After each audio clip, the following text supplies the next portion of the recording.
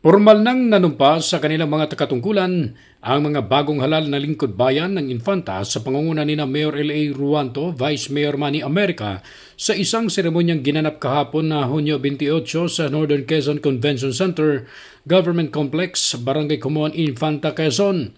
Kasamang nanumpa sina Ruanto, America sa harap ni Governor Dr. Helen Tan at ang mga nanalong miyembro ng Sangguniang Bayan ng Infanta na sina Konsehal Tim Hunterial, Sherwin Avellano, Owick Cuento, Liza Ramos, Cherry Makasait, Junjun Mortis at Anlo Cuento at Tauyo.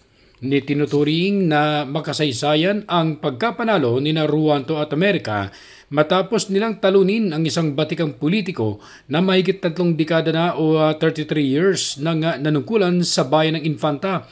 Isang tagumpay na inakala ng marami ay imposibleng makamit. Ang pagkakapanalo ng bagong liderato ay simbolo ng matinding panawagan ng pagbabago mula sa mga mamamayan ng Infanta na umaasang mabibigyang pansin ang mga panibagong adhikain at pangangailangan ng komunidad sa ilalim ng isang bagong administrasyon.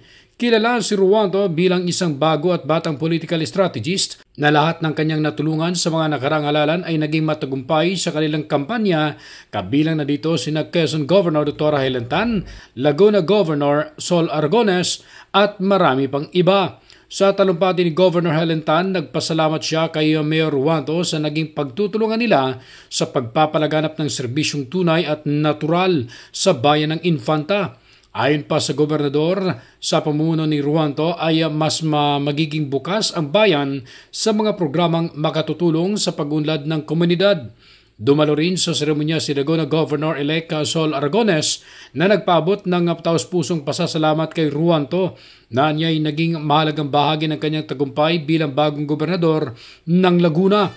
Kapwa naniniwala sina Aragones at Tan na sa pamamagitan ng pamumunong may malasakit at lingap agad ay higit pang uunlad ang bayan ng Infanta. Samantala, nakibahagi rin sa okasyon sina Vice Governor 3rd Alcala, Quezon Police Provincial Director Police Colonel Romulo Albasha at iba't ibang kinatuan mula sa mga sektor ng lipunan sa Infanta bilang suporta sa bagong administrasyong pinangunahan ni Mayor Ruanto. Ang panunumpang ito ay hindi lamang opisyal na pasisimula ng termino ng mga bagong halal na opisyal, kundi isa ring panibagong pag-asa para sa mas progresibo at inklusibong hinaharap ng bayan ng Infanta.